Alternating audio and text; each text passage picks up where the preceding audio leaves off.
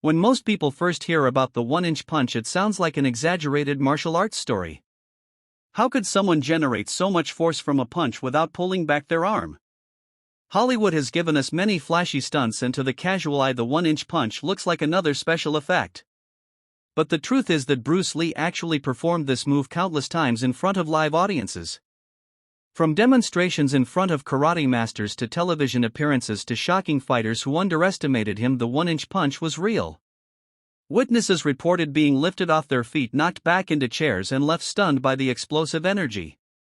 But here's the key: this wasn't magic. It wasn't superhuman strength.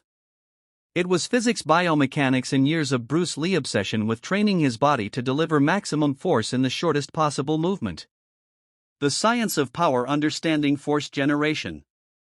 To understand how Bruce Lee 1-inch punch works, we first need to break down how power is usually generated in striking. In traditional punching, like in boxing or karate, you create force by winding up your arm, rotating your hips, shifting your weight, and transferring that momentum through your fist. The longer the distance your fist travels, the more acceleration you can generate, and therefore the more force is delivered on impact. Now here's the shocking twist. Bruce Lee could generate almost the same amount of force without any of that distance. His punch traveled only an inch or two, but the result was like a full swing. How? The answer lies in a combination of biomechanics and physics principles: kinetic linking, explosive muscle contraction, ground reaction force, and timing. Kinetic linking, the secret chain of power. Bruce Lee understood that a punch isn't just about the arm. It's about the entire body acting as a connected chain.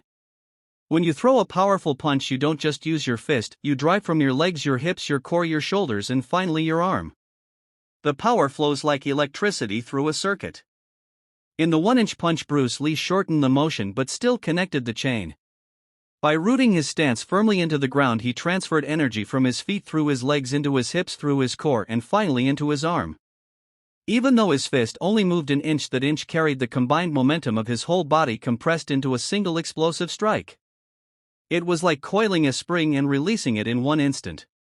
Ground reaction force, the hidden engine. Another critical piece is something called ground reaction force.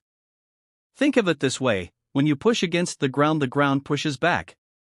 Every powerful movement in martial arts, whether it a jump, a kick, or a punch, starts from the ground. Bruce Lee mastered the art of channeling that reaction. During the 1-inch punch, he would slightly shift his weight forward at the exact moment he extended his fist. This subtle motion, Maya,